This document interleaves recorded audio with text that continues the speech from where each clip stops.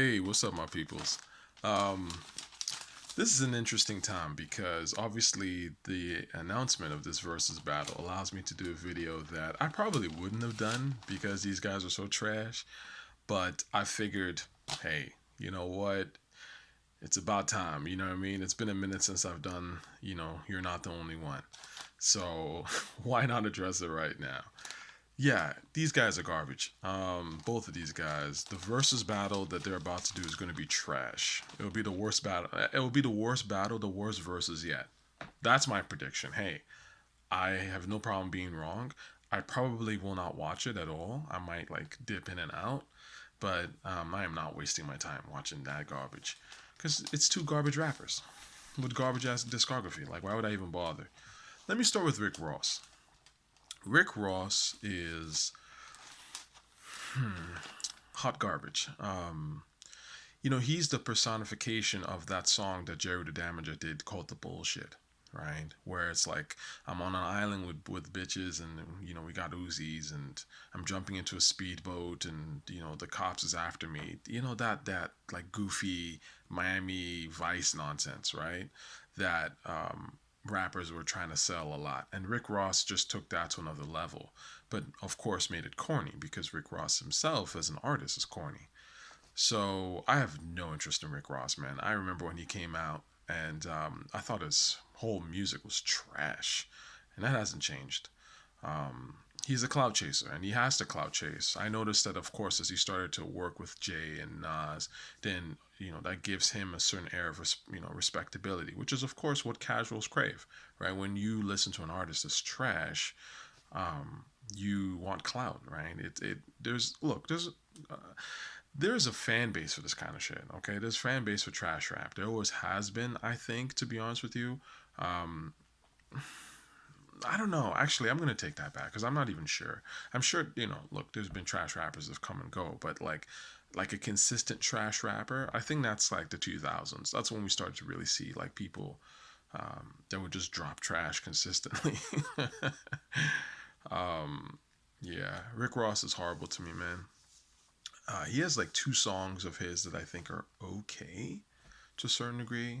One of them is High Definition. I've always said that High Definition is one of the best songs he ever recorded because it's one of the more active beats. I hate his production. That's another thing with Rick Ross. Aside from the fact that this dude has no vocals, I think his vocals are very sleepy and boring and have no energy to them, really. I hate his production. I think his production is terrible. It's not hip hop. It sounds like some muzak, and horrible jazz muzak from the elevator. It's like, and him ramming about diced pineapples and shit. It's like, what are you even talking about, bro? The rhymes are trash a lot of times. To be fair to Rick Ross, there's a little bit more writing thought in a way compared to some of his contemporaries, and I think maybe that's what people kind of give him a little props for. But I mean, he ain't saying nothing. Like, I can't think of a single thing this dude has ever said. It's still mediocre shit at the end of the day, and that's always been a problem. But yeah, all that Justice League stuff to me is not hip hop at all. It doesn't knock.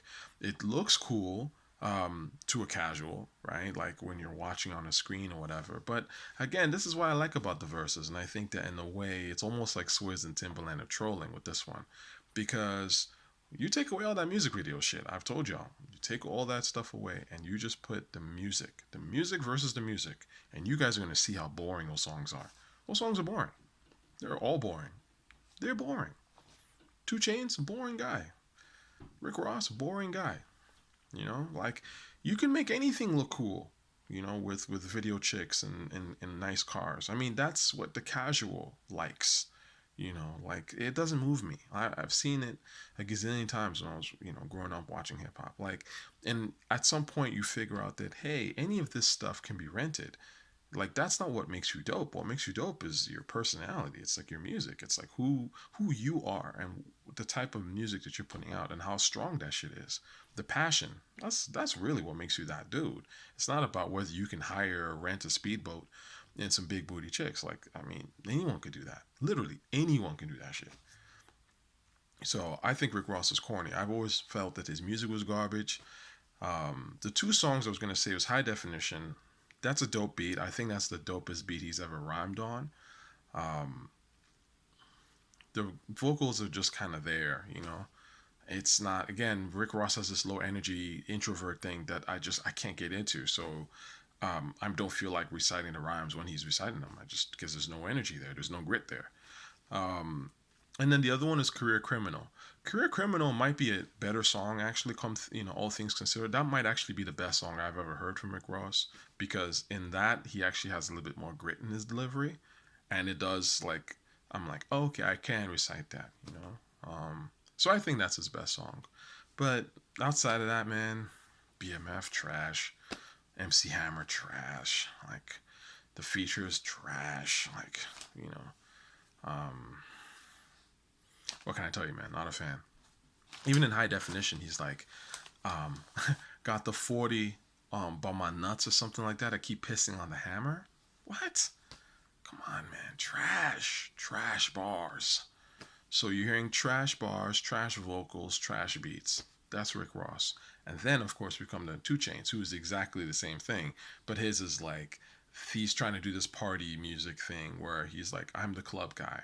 Except his music is horrible, right? Like, whenever I'm somewhere and I hear I'm different, which is not often, to be honest with you, but, you know, it is a song that gets played quite a bit. I know I'm in a corny space and I gotta leave, you know. I'm different. Birthday song, them shits is corny, man. And like, to be fair, you know, you can go to some decent spots and they'll play it anyway because they're just ubiquitous records. But in by and large, the places that play those kind of songs repeatedly, they're corny spaces that I don't really try to be in. I, I hate those songs. They're so low energy to me. They're so like, they remind me of a clout chasing, like, cornball dude or girl who like is just there, you know, with a drink or hookah in her hand, but like clearly isn't having a good time and is on her phone the entire time and wants you to know that she's there or he's there, but is just really like not, you know, contributing any energy to the club or bringing in any good vibes. It's just there. Like, those songs are horrible to me. So 2Chainz, same sort of thing. You can kind of tell that he's forcing it. Again, this is another low energy dude who is forcing it. And I don't like that either, because I think that hip hop is one of those things where you have to have, the energy has to be natural. You have to naturally have charisma. You can't force it. If you force it, it's lame, right? And a lot of these dudes be forcing it. So Rick Ross, former officer, how, you know, people allowed him to get away with that is beyond me. But again, fake era, 2000s, right? Mid to late 2000s, when the shit was really garbage. That's where Rick Ross, you know, starts to come up. So, but yeah, low energy, no charisma between, you know, either of them. 2Chainz, I mean, he has more, like, I would say, features that he could run with. You know, he could say, I was on, you know, fucking Problems. I was on Bees in the Trap, which I've always said is Nicki Minaj's best song. He could say, you know, I was on Mercy or whatever. But again, I don't remember these features that 2Chainz did, and I don't even care because he's that boring, right? This is a dude that is just like super, super dull. You know, you look at his interviews, super dull, trying too hard. And it comes off in the music. So I'm not looking forward to either of these guys. Like I said, I'm skipping it probably. I'm definitely skipping most of it. I will not sit down and listen to a whole 3 hours or 2 hours of their, you know, whack ass music. So that's not happening. But in terms of who got it, in the battle for Basura, you know, who's the least Basura? I don't know, man. You know, it's like, I remember that Alien versus Predator tagline. It's like, whoever wins, we lose, or some shit. That's pretty much what we're dealing with. You know, these guys, they're trash, man. They're below, like, you know, I think French Montana's not a great rapper like that. But French Montana at least can make dope songs, right? Off the rip, No Stylist, Lockjaw, right? Like, they're below that. Like, way below that, actually. That's sad. You know, these guys, Rick Ross and 2Chainz don't really have a standout song between either of them on their own. They don't. That's pathetic. So I think this will be funny, and I'm looking forward to it. I'm gonna consult my notes and see what else I wanted to mention to y'all. Yeah, I mean, I've said everything I need to say. I'm sure when this battle, which in all likelihood is going to be trash and boring, there'll be excuses. excuses will be, oh, Rick Ross should have been paired against someone more exciting, you know. NY bias, of course. Southern people love that shit. So, whatever. Trash. Take it easy.